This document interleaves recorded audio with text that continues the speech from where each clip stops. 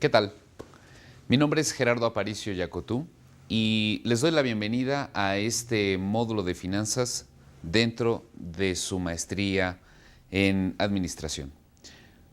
Obviamente que el módulo financiero abarca toda una serie de conceptos sumamente importantes y relevantes que tendremos que revisar a detalle. Mencionaríamos entonces que parte elemental dentro de la administración general es obviamente el manejo de estos recursos monetarios que tiene la empresa. El aspecto más sobresaliente que vamos a destacar durante todas estas próximas sesiones es poder idear un sistema que a usted le permita llegar a identificar cómo controlar y cómo visualizar los recursos monetarios tanto en el corto, mediano y largo plazo. Si podemos llegar a identificar claramente cómo visualizar y controlar estos recursos monetarios, la administración de su empresa será un total éxito. Yo empezaría tratando de distinguir a qué se refieren el concepto de finanzas. Finanzas tiene una definición muy simple, o sencilla diría yo. Estamos hablando del estudio de los recursos monetarios en el tiempo, el movimiento que se realiza de estos recursos monetarios. Estos recursos monetarios tendríamos que distinguirlos tanto en dinero como en capital. Hay una diferencia muy clara entre estos dos conceptos. Por ejemplo, si yo requiriera pagarle a mis proveedores, lo que yo necesito es dinero, más no capital. Si yo requiero hacer una ampliación de la planta, hacer una construcción e incursionar en nuevos mercados, lo que yo requiero es capital, más no dinero. Y probablemente quede claro desde este punto de vista. Si yo requiriera pagarle a mis proveedores y para ello emito capital, pues no estaría ni a la mitad del proceso de adjudicación de este capital cuando mis proveedores estarían en la puerta tocándome y diciéndome ya págame. En el caso de generar una nueva construcción con recursos denominados dinero, pues los recursos apenas serían escasos para la gran cantidad de costos y gastos que tendría en esa construcción. Por lo tanto, quiere decir que la diferencia entre el capital y el dinero es muy clara. Los montos tienden a ser mucho mayores en el caso del capital. En el caso del dinero, los montos tienden a ser menores. El plazo, generalmente yo voy a pedir dinero en un corto plazo y lo liquidaré dentro de ese corto plazo, menor a un año. En el caso del capital, requeriré probablemente 5, 10 o 15 años para establecer un nuevo negocio. El riesgo que tendría el dinero es probablemente mayor debido a la cantidad que tiende a ser menor. En el caso del capital, estoy hablando de mi patrimonio. Por lo tanto, en este sentido, sí sería muy importante mencionar que ese capital pues tiene un bajo riesgo. Pero estos recursos monetarios, ya sea dinero o capital, se mueven por distintos factores y para ello yo quisiera mencionar algún ejemplo. Imaginemos que tenemos una mesa donde en esta mesa está bañada de polvo o nunca se le ha dado mantenimiento a esta mesa. Si yo llegara y realizara un movimiento de este tipo, pues lo que provocaría sería que las partículas de polvo se esparcieran. Obviamente que, ¿qué fue lo que originó que estas partículas de polvo se muevan? Lo que originó fue la fuerza que yo le di al golpe, la temperatura en la que estamos situados en este momento o la atmósfera misma.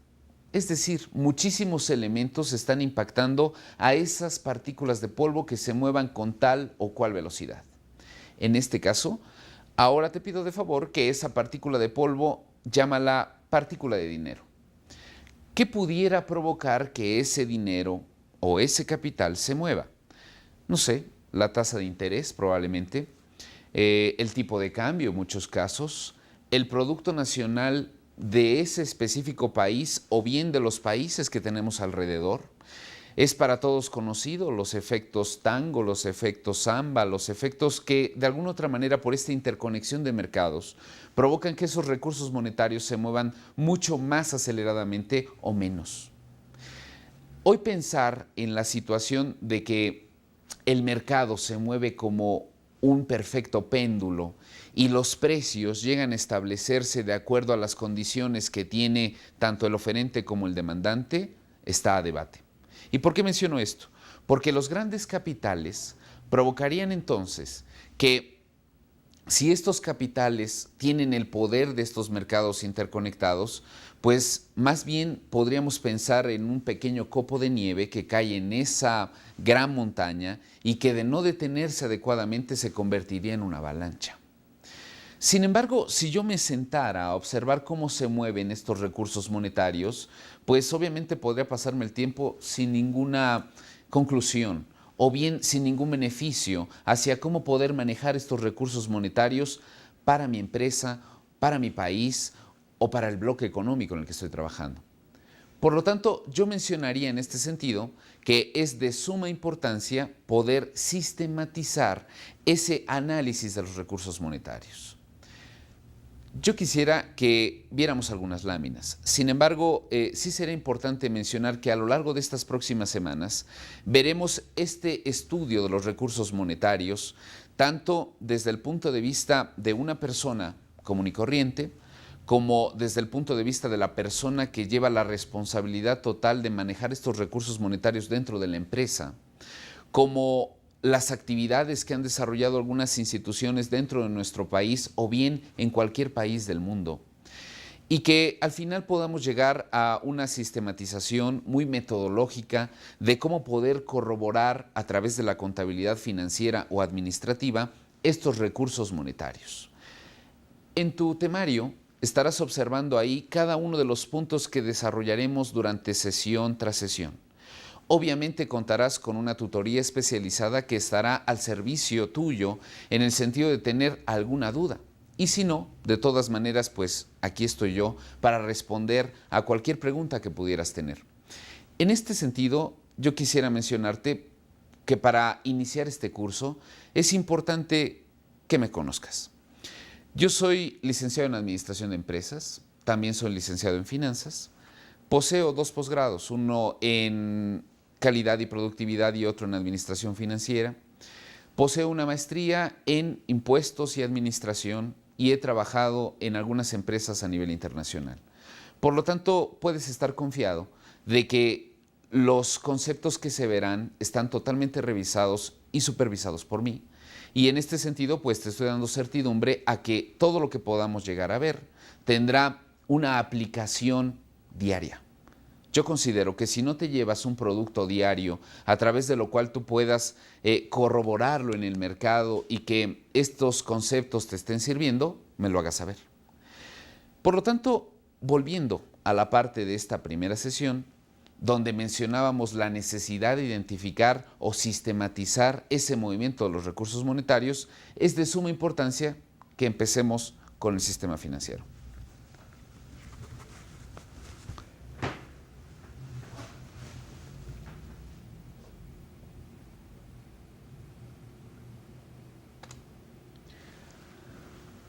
En el caso del sistema financiero lo componen 4 principales grupos de familias.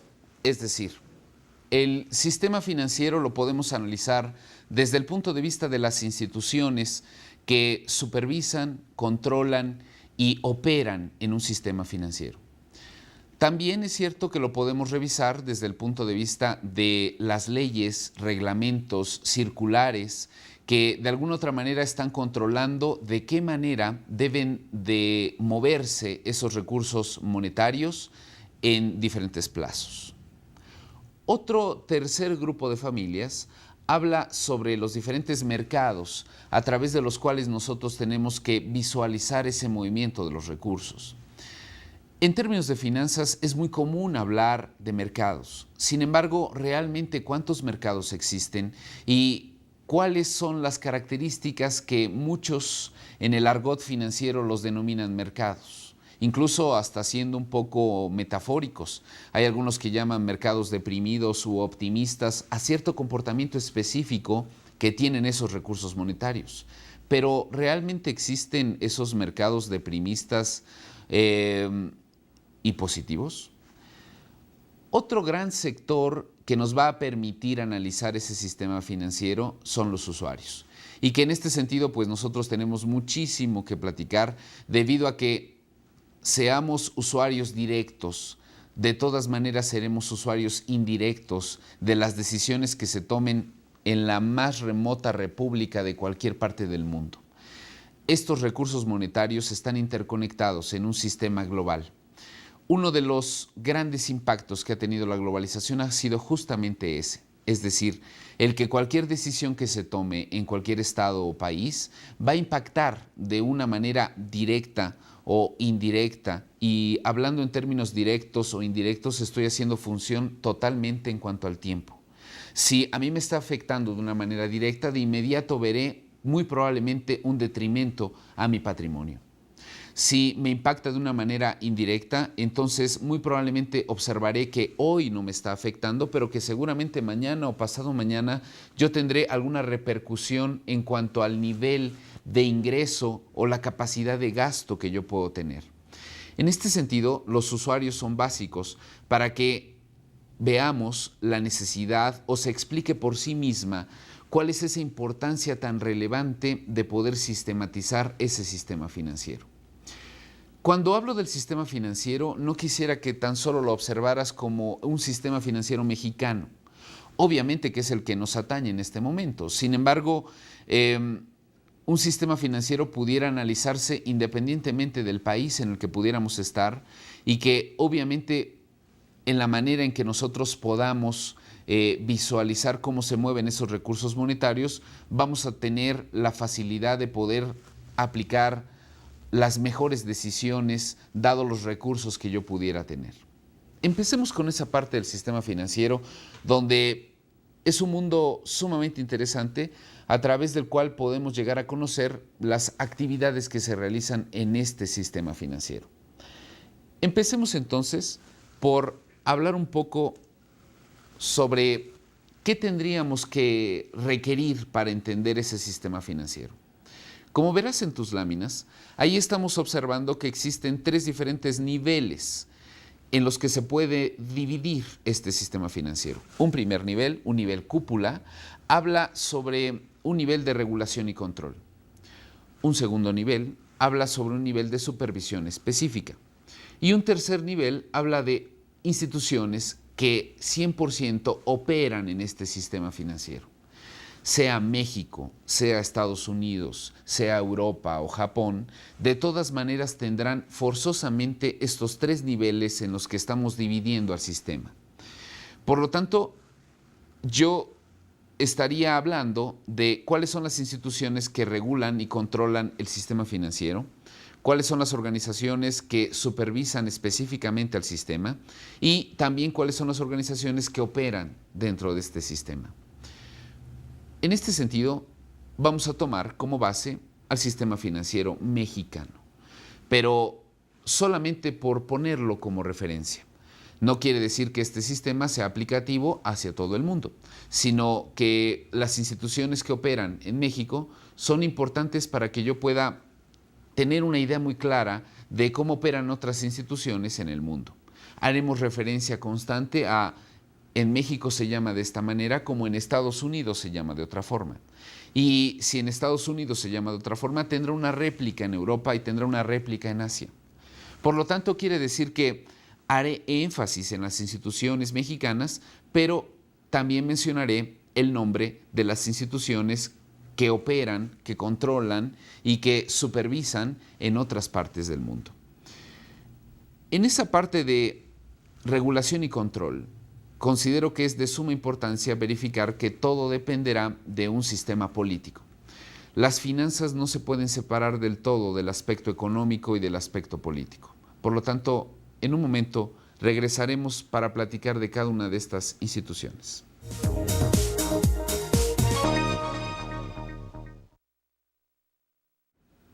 Es de suma importancia para poder empezar a analizar el sistema financiero que lo podamos definir. Un sistema financiero es un conjunto de instituciones, leyes, usuarios y mercados que operan y se rigen dentro de un espacio específico determinado o no. Y que obviamente dentro de ese sistema financiero se mueven tanto recursos monetarios en el corto plazo, recordarás dinero, como recursos monetarios en el largo plazo, recordarás capital. En este caso, el sistema financiero se compone de 4 diferentes familias.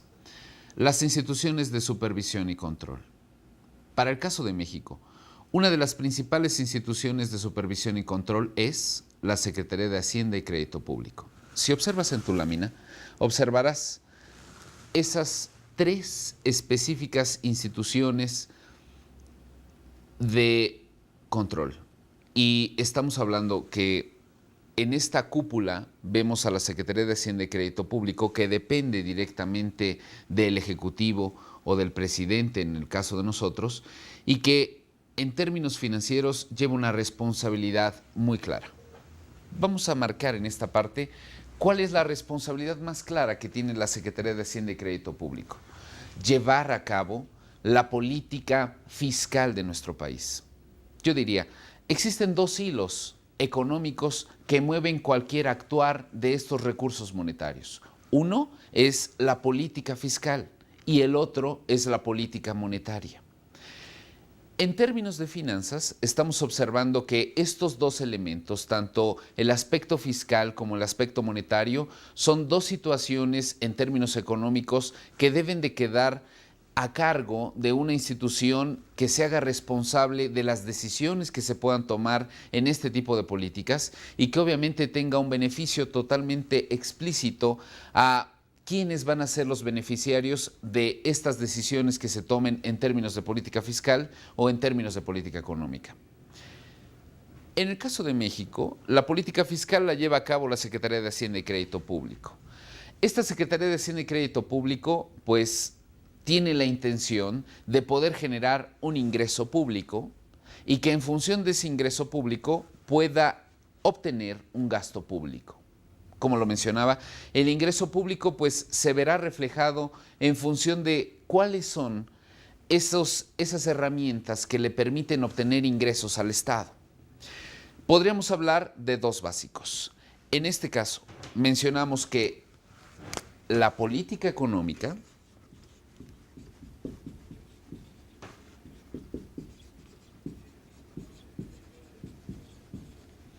se divide en política fiscal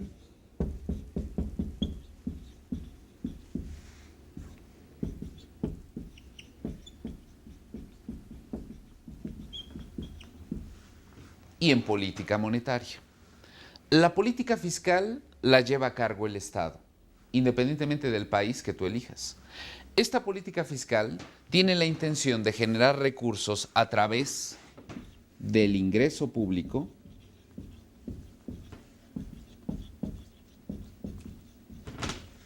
y distribuir estos recursos mediante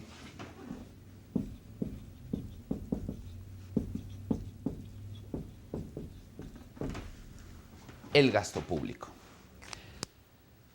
El ingreso público, generalmente el Estado observa 2 tipos de fuentes básicas a través de las cuales se va a hacer de recursos. Por un lado, los impuestos y por otro lado, aquellos ingresos no tributarios.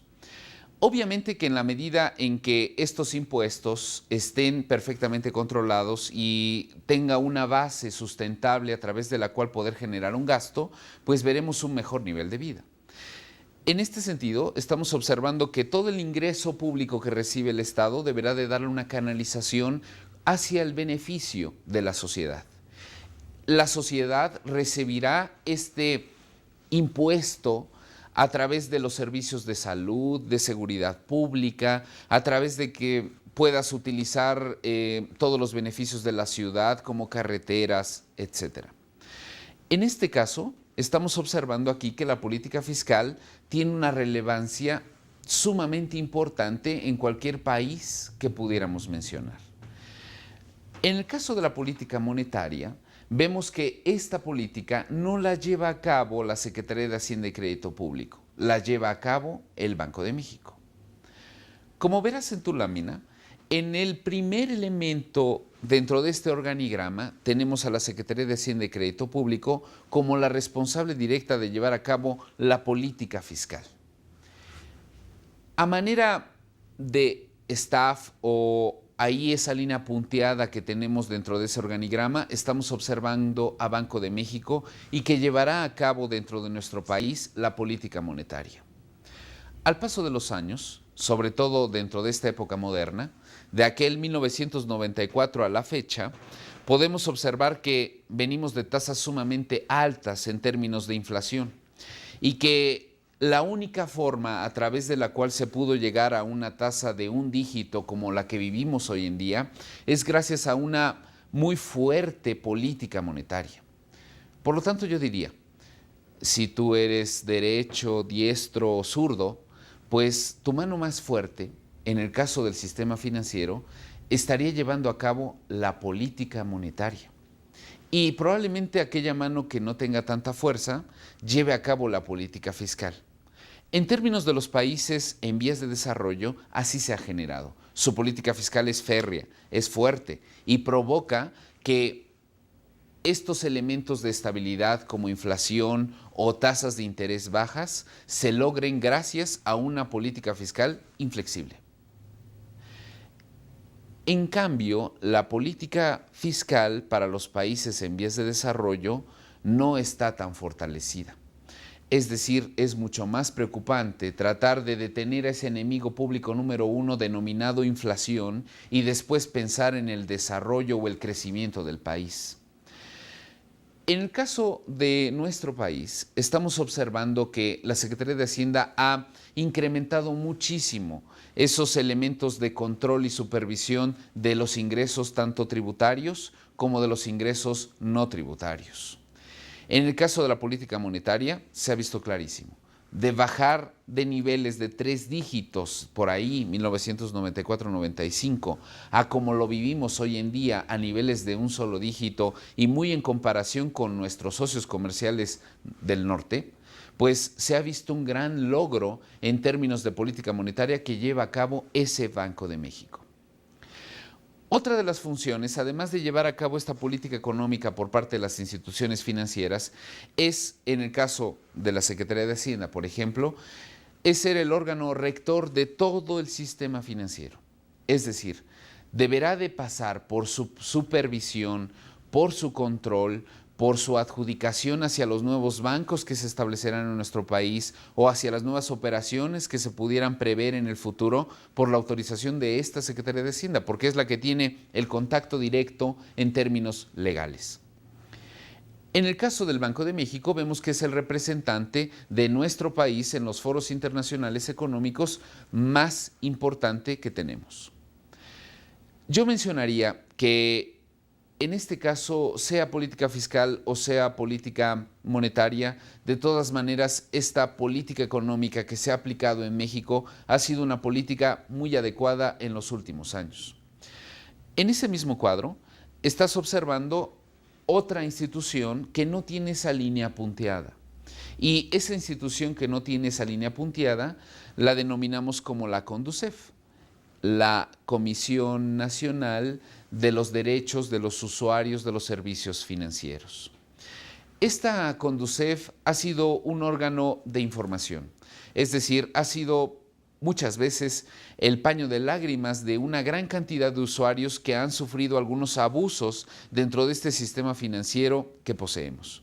Y que obviamente la CONDUCEF se da a la tarea de poder proteger a estos usuarios financieros y de alguna otra manera poner a cada cual en su lugar en términos de legalidad o en términos de derecho.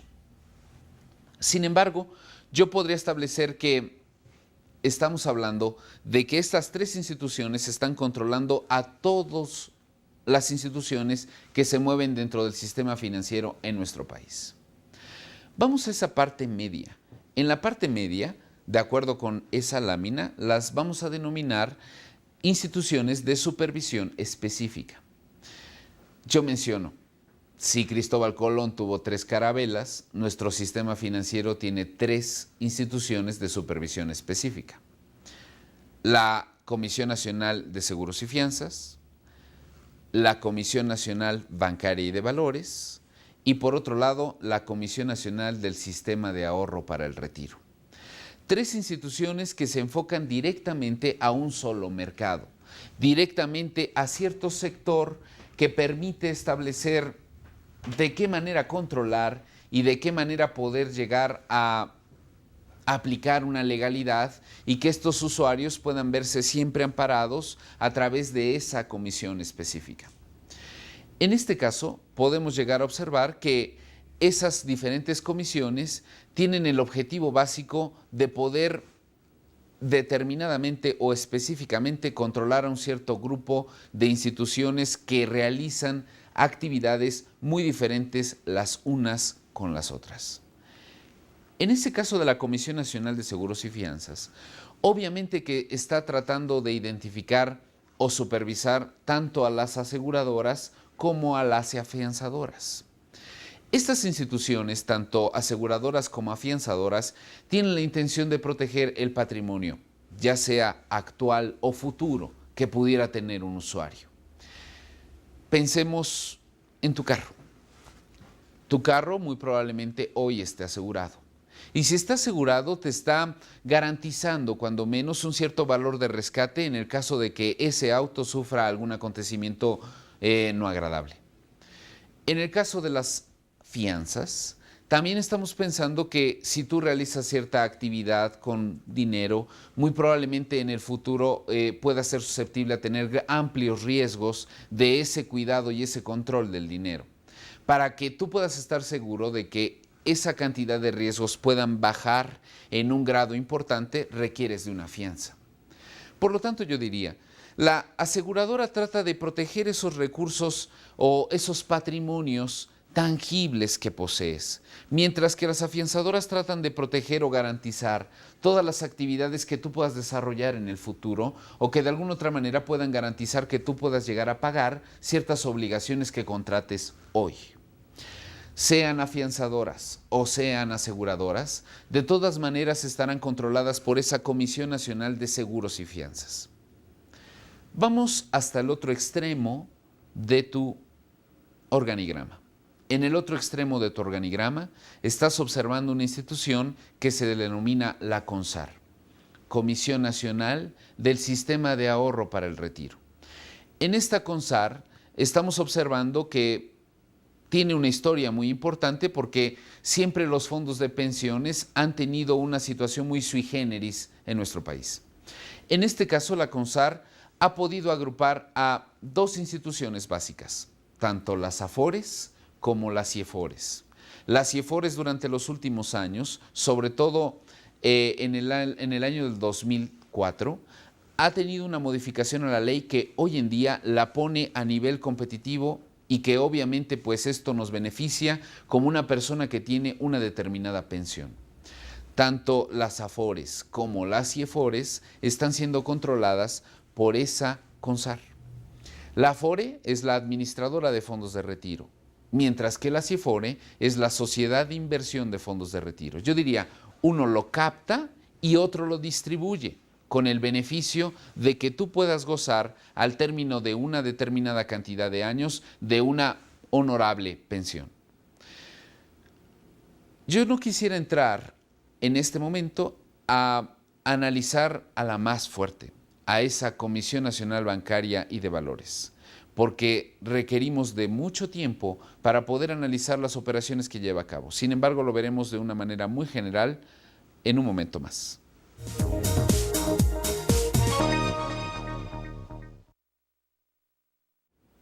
Bien, hagamos una reflexión sobre las instituciones que hemos analizado hasta este momento. Mencionábamos entonces que las finanzas es el estudio de los recursos monetarios en el tiempo, que para que yo pueda analizar estos recursos monetarios en el tiempo es de suma importancia que yo pueda sistematizarlo. Si lo sistematizo, requiero de identificar 4 grupos de familias: instituciones, leyes, mercados y usuarios. Empezamos a observar que dentro de la parte de instituciones, independientemente de el país que tú quisieras analizar, de todas maneras tendrá 3 diferentes niveles ese organigrama en el sistema financiero que quisiéramos analizar. Un primer nivel de control, un segundo nivel de supervisión y un tercer nivel operativo. Para el caso de México, hablábamos que en este primer nivel, de acuerdo a tu organigrama que estás observando, vemos a 3 diferentes instituciones. Secretaría de Hacienda y Crédito Público como el organismo cúpula del sistema financiero mexicano, un organismo que está descentralizado del gobierno federal denominado Banco de México, y otro organismo que trata de proteger a los usuarios de los servicios financieros denominado Conducef.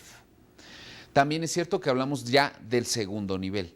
En el segundo nivel hablábamos de 3 diferentes comisiones. Una Comisión Nacional de Seguros y Fianzas, que tiene la responsabilidad de supervisar tanto las aseguradoras como las afianzadoras. Un segundo nivel, que sería la Comisión Nacional del Sistema de Ahorro para el Retiro, que tiene el objetivo básico de poderte dar un beneficio en cuanto a la pensión que terminarás cuando termine tu ciclo laboral. Y una tercera mención que empezaremos a platicar en este momento, que es la Comisión Nacional Bancaria y de Valores.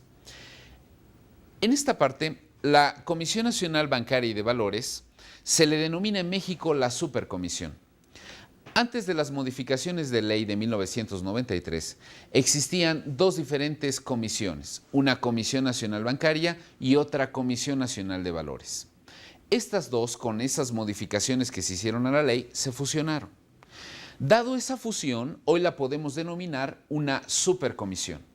Sin embargo, sí hay una gran diferencia entre nuestra supercomisión y la comisión que tendría Estados Unidos. La Security and Exchange Commission, o la SEC, es en Estados Unidos lo que en México pudiera llamarse la Comisión Nacional Bancaria y de Valores. Sin embargo, es obvio hacer la mención de que los mercados que supervisan son un poco diferentes. Es decir, el número de capitalización en Estados Unidos pues es mucho mayor al número de capitalización que tiene México. En la Convención Nacional Bancaria y de Valores se establecía que a pesar de que nuestro mercado en nuestro país sigue estando en un amplio crecimiento, de todas maneras sigue siendo un mercado pequeño. No es posible hablar que en México solamente hasta este momento se tengan 179 operadoras listadas en la Bolsa Mexicana de Valores, por ejemplo, y que son muchísimas más el número de empresas que podrían estar dentro de México. En Estados Unidos, pues podríamos observar que el número de sus empresas sí podría rebasar a estas 179 listadas en nuestro país. O en el caso de las empresas europeas, obviamente que también estarían reflejando sus reportes y siendo transparentes en esa comisión respectiva. Por lo tanto, en esta supercomisión, en el caso de la supercomisión denominada Comisión Nacional Bancaria y de Valores, también como verás, existen 3 diferentes grupos de familias.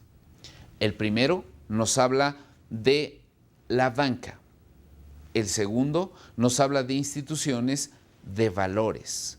Y el tercero nos habla de organizaciones auxiliares del crédito. En el caso del primero, cuando hablamos de la banca, tendremos que mencionar que en el caso de México la banca ha tenido una historia muy específica. Ha sido una banca que históricamente ha pasado por situaciones no muy gratas para los que han participado en esta institución durante muchos años.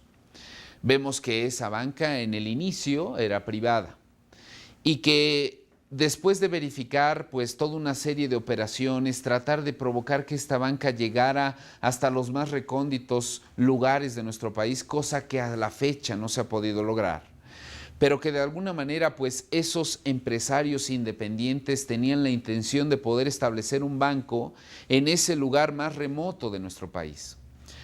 Esa banca después se estatiza, es decir, el control de los dueños o del consejo de administración que tuviera la banca ya no le pertenecía del todo a un cierto grupo de empresarios que tenía como negocio ese banco, sino que le pertenecía al Estado. Una vez más, al final de darse cuenta que el servicio que podría proveer el Estado no era tan eficiente como el que podría ofrecer el empresario en particular, se le regresa a este particular. Y en esos años podríamos observar que lo que se llegaba a vender por arriba del valor nominal que tenía ese banco eran muchísimas veces más. Hubo bancos que se llegaron a vender 9 veces por arriba de su valor contable. Es decir, si un banco costaba $1, yo lo compraba en 9 pesos. Y que la única situación que a mí me favorecía tener una rentabilidad o tener un retorno sobre esa inversión que yo hacía de 9 pesos es que seguramente el mercado era sumamente rentable. Una vez que vuelve a este empresario, vemos que el empresario en aquel momento no era del todo banquero. Muchos cazabolseros o muchos que no tenían un conocimiento muy profundo sobre cómo controlar administrativamente a este servicio bancario. Y que de alguna otra manera, pues, trataban de ofrecer el mejor servicio, sin embargo, pues empezaron a perder una gran cantidad de capitales y empezaron a ver una serie de operaciones probablemente no muy claras. De nueva cuenta, el Estado vuelve a retomar el control de estos bancos a través de un instituto de protección al ahorro bancario y que obviamente era eso o la quiebra de los bancos. Y que de alguna otra manera yo diría, una crisis económica, una crisis financiera es muy grave en cualquier lugar del mundo donde tú lo quisieras identificar. Pero es todavía peor una crisis bancaria. Recordarás Rusia, recordarás Argentina, recordarás algunas imágenes que veíamos en los medios de comunicación y donde veíamos a filas interminables de personas tratando de obtener o tratando de que les pagaran un cheque y de su propia cuenta. Entonces yo mencionaría, la crisis económica y financiera es grave, sin embargo todavía es mucho más grave una crisis bancaria. De mucho podemos criticar a nuestros gobiernos. Sin embargo, también es cierto, hay que darle una justicia en el sentido de que esa decisión pues no era la mejor, pero era la única vía de que el día de hoy pudiéramos tener una estabilidad macroeconómica. Una vez que ese fondo de protección vuelve a rescatar a toda la banca en nuestro país, pues se le vuelve a regresar al extranjero. ¡Wow! O sea, ya no solamente es un empresario al que se le va a regresar este banco, sino que ahora este empresario tiene la intención de tener un control a nivel mundial. Hoy cuando cruzas una calle en nuestro país, seguramente parece que juegas turista, ¿no? Ves un banco español y ves un banco americano y probablemente puedas ver un banco inglés. Y en este sentido todavía viene mucho peor. ¿Por qué? Porque las fusiones entre estas instituciones bancarias tenderán a darse dentro de los próximos años. Es decir, de alguna u otra manera, estos empresarios extranjeros han tomado el control de un sector básico en términos financieros. Cualquier cosa pudieras hacer que requerirá de recursos monetarios. Pero obviamente que esos recursos monetarios solamente en un lugar físico se pueden llevar sus traslados de un lugar a otro. Y ese lugar físico es la banca. Como lo verás en esa lámina, en la parte de la banca tenemos a dos grupos de familias.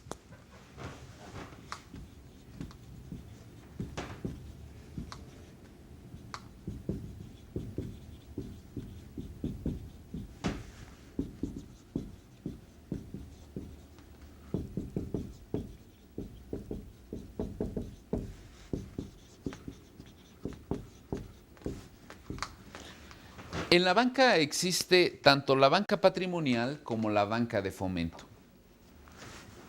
La banca patrimonial, o también denominada banca múltiple, por la multiplicidad de servicios que ofrece a los diferentes usuarios, tiene la intención de poder generar estos servicios a cualquier persona que pudiera pasar a este primer piso. Es decir, no hace ninguna distinción entre cuáles son los clientes que pueden ser susceptibles de tener chequeras o no tener chequeras, por ejemplo, ¿no? En el caso de la banca de fomento, Generalmente se le llega a denominar banca de segundo piso. Es decir, para que yo pueda accesar a ese segundo piso, requeriré de ciertas características muy específicas en mi actividad para que yo pueda entrar o no a los beneficios de usar este tipo de servicios que me ofrece la banca de fomento o la banca de desarrollo. En el caso de la banca patrimonial o banca múltiple, vemos que hoy en día, si tú cruzas cualquier calle, verás una competencia férrea entre ellos. Y por ahí uno da premios y da regalos para tratarte de mantener cautivo dentro de su banco, mientras que el otro te dice, pues el servicio es especializado para hombres y mujeres, por ejemplo. En el caso de la banca patrimonial, estamos observando que la mayor cantidad de productos están destinados a la sociedad en general sin ninguna distinción, siempre y cuando pueda ser susceptible de comprobar ingresos y pueda ser susceptible de poder tener ciertos recursos monetarios que moverá en el corto, mediano o largo plazo. En el caso de la banca de fomento o la banca de segundo piso, yo mencionaba que requerimos de cierto tipo de características elementales para que yo pueda accesar este tipo de servicios. Un ejemplo básico es, si yo me llamo agricultor, seguramente tendré la posibilidad de entrar a una institución o a una sociedad financiera rural. La mamá de esta sociedad financiera rural se le denominaba Ban Rural. El Ban Rural era un sistema de bancos que tenía el objetivo de poder financiar a estos agricultores. De alguna u otra manera, pues estamos observando que si yo me llamo agricultor, podría accesar a este tipo de servicios para poder generar recursos, comprar mis tractores y que a través de los tractores yo pudiera realizar esta cosecha y una vez que tuviera la cosecha, pues venderlo. Si yo no me llamo agricultor, pero si me llamo importador o exportador, aquel que trae bienes del extranjero o que manda sus artículos hacia cualquier mercado en el mundo, pues obviamente que estamos hablando de una actividad que hoy en día se oye muy común, la importación y exportación. Sin embargo, yo mencionaría, para importar y para exportar, hay toda una serie de requisitos, tanto legales como operativos, para poder llevar a cabo esta actividad. Los aranceles, las aduanas, el cúmulo de impuestos por realizar esta actividad y sobre todo la logística o bien la manera de que yo pueda traer un producto o lanzar un servicio hacia el extranjero, requiero de capacitación y obviamente requiero de recursos monetarios. En esta banca de fomento existe el Banco de Comercio Exterior, este Banco Mext, que obviamente me generará todo este tipo de información, todo este tipo de recursos para que yo pueda realizar este tipo de actividades. Si yo no me llamo agricultor ni soy importador y exportador, pero me dedico a la obra pública, por ejemplo, podría accesar a Banobras. O bien, si yo soy una pyme, como el 99% de nuestras empresas en México, yo podría acercarme a NAFIN, y si me acerco a NAFIN, tendría por ahí un fondo PYME generado tanto por NAFIN como la Secretaría de Economía y al final pues vería que podría conseguir ciertos recursos monetarios. Como verás, la banca de fomento tiene la intención de impulsar a estos sectores y poder provocar un beneficio grupal. Por lo tanto, la banca de fomento, a pesar de los muchos requisitos que pudiéramos tener, es uno de los cajones que tendremos que revisar antes de poder accesar a los servicios que me ofrece una banca patrimonial o banca múltiple. Pero, ¿cuáles son los servicios de la banca múltiple? En un momento lo veremos.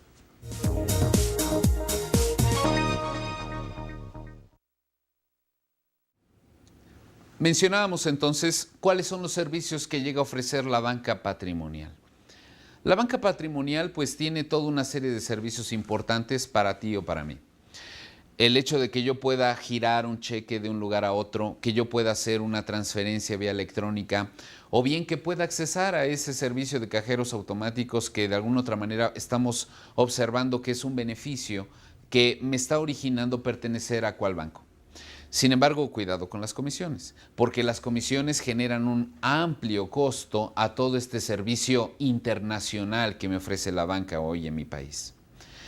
En este caso mencionamos que tarjetas de crédito, cheques, cuentas de ahorro, productos incluso hasta de cambios de moneda, ¿no? Dólares, euros, etcétera, podría adquirirlos justamente en esta banca patrimonial.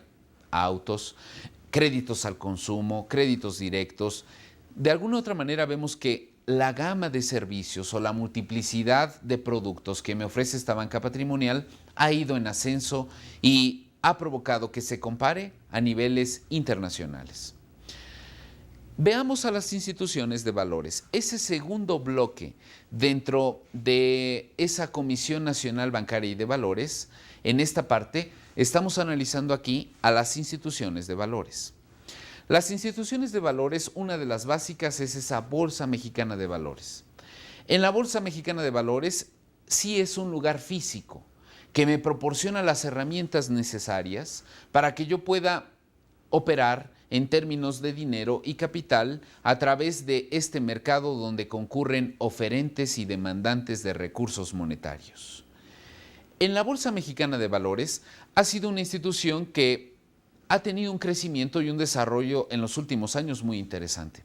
¿Por qué? Porque ha mencionado o ha lanzado al mercado toda una serie de productos muy novedosos que de alguna otra manera pues en lugar de accesar a los mercados neoyorquinos, de Chicago o a aquellos mercados asiáticos o europeos, pues podrías hacerlo en Reforma, en esa Bolsa Mexicana de Valores. La Bolsa Mexicana de Valores yo mencionaría que ese gran edificio, ese ícono para las finanzas en nuestro país, pues hoy en día sí sigue teniendo un impulso muy fuerte en cuanto a que estas operaciones tengan una finalidad y una fidelidad en cuanto a los beneficios que está generando a los usuarios. La Asociación Mexicana de Intermediarios Bursátiles ahora certifica a los que operan dentro de ese lugar y esa certificación me provee de mencionar que tengo la amplia confianza de que la persona que me promueve un producto o la persona que me opera un producto dentro de esa Bolsa Mexicana de Valores lo sabe hacer. Posee ese know-how que de alguna otra manera para mí es de suma importancia, ya que yo estoy muy dedicado a mis propias actividades.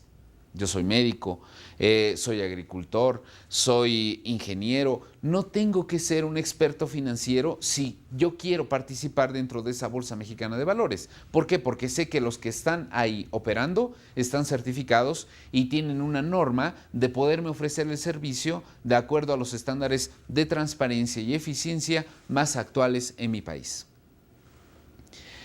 En esa parte de las instituciones de valores, además de observar a la a la Bolsa Mexicana, observar a la Asociación Mexicana de Intermediarios Bursátiles, estamos también observando al Instituto de Depósito de Valores, donde este INDEVAL, en esa parte menciona que el Instituto de Depósito de Valores tiene la finalidad de poder tener estos traspasos físicos de los títulos que se operan durante la mañana.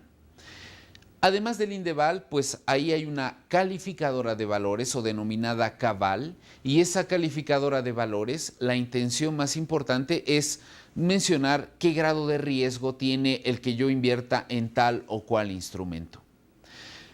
Yo mencionaría, en términos financieros, las finanzas de primer nivel se llevan a cabo dentro de ese sector, dentro de las organizaciones que se dedican al mercado de valores. ¿Por qué? Porque si observas esta lámina, verás que aquí existe una intermediación financiera. Es decir, yo voy a tratar de colocar mis recursos a una tasa como me la ofrezca el banco y que hoy en día, si estamos hablando en términos de un dígito, en términos de tasas de interés, pues lo más que podré acceder es a lo que me paga un CETE, por ejemplo. Y que yo voy a solicitar recursos seguramente al doble o triple de esa tasa. Por lo tanto, yo invierto mis recursos a niveles del 10% y yo obtengo mis recursos prestados a niveles del 20%. Entre el 20 y el 10 hay una gran diferencia de tasas que provoca que la intermediación bancaria sea un gran negocio para estos bancos. En cambio, si yo acudo a colocar mis recursos en el mercado bursátil o si yo logro accesar o tener la posibilidad de financiarme a través del mercado bursátil, seguramente las tasas no serán con este diferencial de 10 puntos, tenderán a ser menores. ¿Por qué? Porque yo estoy tratando de conseguir mis recursos en un mercado donde para uno es una necesidad colocar esos recursos ociosos y para otro es una necesidad imperante tratar de obtener esos recursos para hacerlos productivos. Pero no habrá esta diferencia de tasas. Generalmente la diferencia es mucho menor. Por eso mencionaba, si estamos hablando en términos de finanzas, las finanzas de primer nivel sí se realizarían en esa agrupación de instituciones denominadas mercado de valores. Otra muy importante es ese tercer grupo de familias denominadas organizaciones auxiliares del crédito, que sin ser banco me auxilian en el crédito. Ahí destacamos tanto a las arrendadoras, como a las almacenadoras, como a las uniones de crédito, como a las empresas de factoraje y todas aquellas que de alguna otra manera me permiten obtener un bien mueble o inmueble denominadas SOFOLES, Sociedades Financieras de Objeto Limitado. En este caso, ahí observamos que este tipo de instituciones, yo mencionaba hace un momento, si tú quisieras acudir o accesar a fondos en efectivo, tendrías que revisar un cajón denominado banca de fomento y que una vez que cierres ese cajón podrías abrir el otro cajón denominado banca patrimonial y que una vez cerrado ese cajón todavía te queda un cajón por cualquier contingencia que pudieras tener más adelante denominado organizaciones auxiliares de crédito. No solamente estoy mencionando que estas instituciones me puedan hacer de recursos, sino también es un mecanismo muy adecuado para que yo pueda invertir mis recursos en ese tipo de instituciones. Por lo tanto, estamos observando aquí que hay un cúmulo de instituciones en nuestro país y que obviamente tendrán un similar en Estados Unidos. Volvamos al esquema. El organismo cúpula en mi país se le denomina Secretaría de Hacienda y Crédito Público. En Estados Unidos sería denominado el Banco del Tesoro. En Europa sería denominado Ministerio de Finanzas. En mi país, aquel que lleva a cabo la política monetaria se le denomina Banco de México. En Estados Unidos sería la Fed o The System Reserve Federal. Es decir, un sistema de la Reserva Federal que provee ese control sobre la base monetaria que posee Estados Unidos. Y cosa muy importante, Estados Unidos mueve dólares y los dólares no solamente se mueven en Estados Unidos. En el caso de México, la supercomisión se le denomina la Comisión Nacional de Bancaria y de Valores. Sin embargo, en Estados Unidos se le podría llamar la SEC. Security and Exchange Commission. Estas instituciones obviamente tienen su similar en cualquier parte del mundo. Como banca de fomento, como banca patrimonial, bueno, prácticamente hoy hablamos de las mismas. Fondo Monetario, Banco Interamericano, instituciones que de alguna otra manera proveen esos recursos monetarios y más que los recursos monetarios, proveen la información necesaria para que yo pueda accesar a realizar cierto tipo de operaciones u actividades. Es entonces muy claro identificar todo este esquema denominado sistema financiero. Sin embargo, bajemos un poco más. En términos de una persona, ya sea tanto física como moral, requerirá que él mismo pueda sistematizarse para llevar a cabo ese control de sus recursos monetarios. Y que obviamente en calidad de sistematizar sus actividades requeriría de un sistema de control de recursos monetarios a una fecha de tiempo muy específica. ¿Esto te suena a contabilidad? Efectivamente. El módulo de finanzas tiene la intención de poder tomar muy claramente algunos conceptos básicos contables y que los veas desde el punto de vista como un elemento de control que te va a permitir planear, que te va a permitir organizar y que te va a permitir dirigir mucho más eficientemente esos recursos monetarios tanto en el corto, mediano y largo plazo. Sin embargo, deberás de partir de una base que te permita cuantificar tanto tus bienes y tus patrimonios, así como tus deudas y tus obligaciones. Si no conoces dónde estás, va a ser muy difícil que podamos llegar a medir o a estudiar cómo se mueven esos recursos monetarios para tu propia bolsa. Por lo tanto, quiere decir que requerimos de un sistema muy elemental que me permita observar cuánto entra y cuánto sale. O bien, qué va a ser un patrimonio para mí y qué puede ser identificado como una deuda. Estábamos hablando de todo un sistema financiero, hablando en términos de finanzas internacionales y en términos muy macroeconómicos. Sin embargo, yo quisiera bajarlo a un nivel microeconómico. ¿Qué pasa en tu bolsillo? ¿Qué pasa realmente con esos ingresos y egresos que tiene la empresa hoy en día? Tratar de identificar de qué manera poder acelerar esas cuentas por cobrar y de qué manera probablemente poder alentar o darle su espacio a esas cuentas por... En este caso, tanto las cuentas por cobrar y por pagar serán dos herramientas básicas del aspecto contable. Pero, ¿de qué contabilidad me hablas? ¿De una contabilidad financiera o de una contabilidad administrativa? Porque su enfoque también tiende a ser muy diferente en cuanto al manejo de los recursos que tiene una y otra.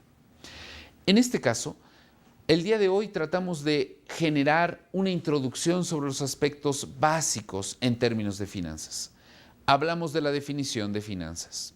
Tus tutores en este momento están en línea tratando de contestar a las preguntas que tú pudieras llegar a tener en cuanto a esa definición financiera. Tratamos de verificar que para poder analizar estos recursos monetarios requerimos entonces de todo un sistema que me permita poder visualizar las instituciones o poder identificar hacia qué tipo de operaciones puedo accesar en mi país o en otras partes del mundo.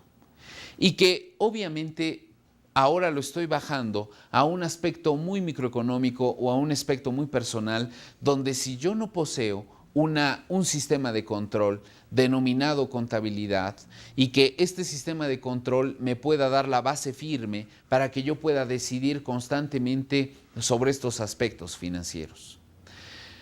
Mencionábamos hace un momento que a lo largo de estas sesiones trataremos de identificar algunas metodologías que te permitan fortalecer esos conocimientos contables, pero que al final la intención no es hacerte un experto contable, sino la intención es que tú puedas identificar claramente cuáles van a ser los elementos básicos a través de los cuales puedas llegar a administrar adecuadamente esos recursos monetarios. En una empresa vemos claramente que las 3 o 4 áreas funcionales de una empresa es sus recursos humanos, es su mercadotecnia, es su producción y obviamente su parte financiera.